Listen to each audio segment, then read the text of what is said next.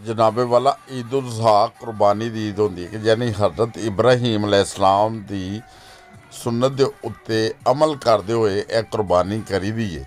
मगर बदकिस्मती दे नाल पाकिस्तान दे विच हर चीज़ दे विच जिंदे तक कंजरखाना ना वाड़ो तो इन्हां दा इस्लाम पूरा नहीं हुंदा।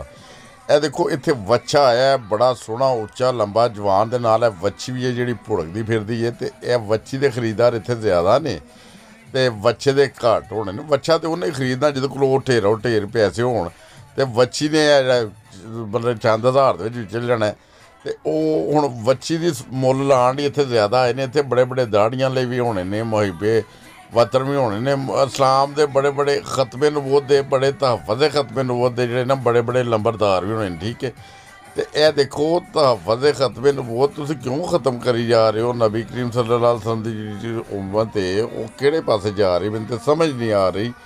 हर एक तो दावा करते हैं कि असी तहफ़्फ़ुज़ खतमे नबूवत दे अलंबरदार हाँ। दूसरे पासे ऐसा तो वाहियात काम होंदे ने कोई इन्हां ने रोकदा वे जिथे कोई ना कोई मुला हज़ार भी खड़े होने कम कम दाड़ियां ले खड़े होने। उन्होंने पता है कि नबी करीम सल्लल्लाहु अलैहि वसल्लम दी तालीम की है मगर उसके बावजूद यह कंजरखाना जिन्ने तक ना करन उन्ने तक इन्हां दा इस्लाम भी पूरा नहीं हुंदा।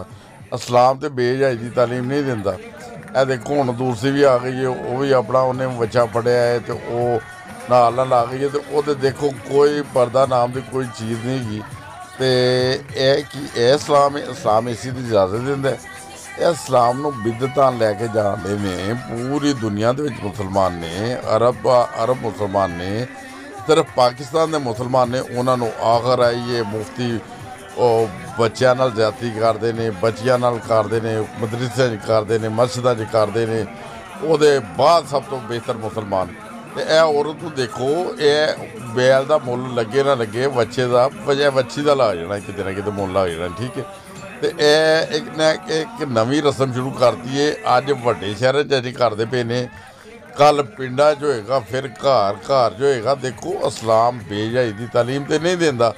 इस्लाम तो दिंदा हया की तालीम तो हया जी तकरीबन तो वैसे ही इन्हें ला कराती है ठीक है।